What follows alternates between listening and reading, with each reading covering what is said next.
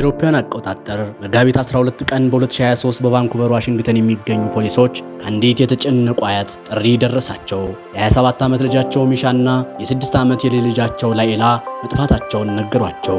ሚሻ ለልጇ ላይላ ሙሉ ሕይወቷን የሰጠች ልዩ እናት ነበረች። ቤተሰቦቻቸውን ሳያሳውቁ የሚጠፉበት ምንም አይነት ግልጽ ምክንያት አልነበረም። ነገር ግን ነገሩ ከዚያ የከፋ ነበር። ሚሻን በመጨረሻ ካዩት ሰዎች አንዱ የቀድሞ ፍቅረኛዋ ሙስጦፋ ነበር።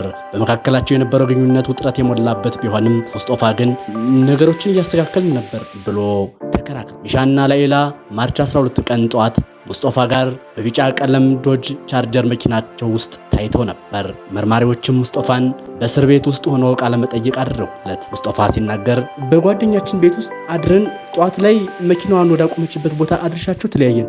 ከዚያ በኋላ ለየዋቸውም ብሎ ነገራቸው።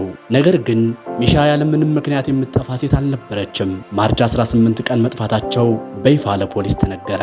በሚቀጥለው ቀን የሚሻ መኪና ተጥላ ተገኘች።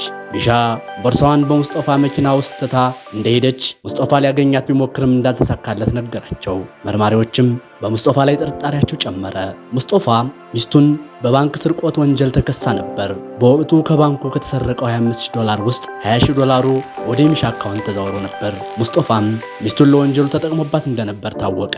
ከዚያ በላይ ሙስጦፋ በሚሻ በመስኮቷ በቤቷ መስኮት ላይ ጥይት ተኩሶ ተከሶ ነበር። ነገር ግን ፍርድ ቤቱ ያለ ጂፒኤስ መከታተያ በዋስ እንዲፈታ ፈቅዶለት ነበር። ይህም ቤተሰቦቿን እጅግ ያስቆጣ ውሳኔ ነበር። በጣም አስገራሚው ነገር ግን ሙስጦፋ ከአርካንሳስ ግዛት ወደ ዋሽንግተን የመጣው በ2017 የፈጸመውን የሰው መግደል ወንጀል ሸሽቶ መሆኑ ነበር። በወቅቱ ክሪስቲስ የተባለውን ሰው ጭንቅላቱ ላይ ተኩሶ ገድሎ ቦይ ውስጥ ጥሎ ነበር። ማርች 22 ቀን 2023 በዋሹጋል ገጠራማ አካባቢ 2 አስከሬኖች ተገኙ። አስከሬኖቹ የሚሻና የ6 ዓመቷ ላይላ ነበሩ።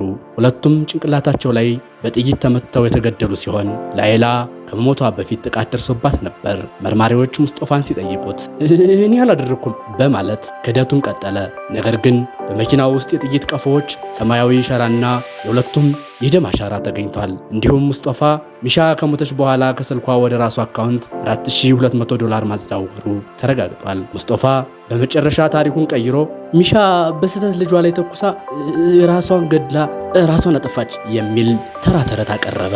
ሆኖም ማስረጃው ስለጸናበት ጥፋተኝነቱን አምኖ የዕድሜ ልክ እስራት ተፈረደበት። የሚሻ ቤተሰቦችና የቫንኩቨር ማህበረሰብ እንዲህ ያለ አደገኛ ወንጀለኛ በዋስ እንዲወጣ መፈቀዱን ክፉኛ ኮንነዋል። በአሁኑ ወቅት ሙስጦፋ የፈጸማቸው አሰቃቂ ወንጀሎች የዕድሜ ልክ እስራት እንዲቀጣ አድርገውታል። የላይላና የሚሻ ሕይወት ግን በግፍ ተቀጥፏል።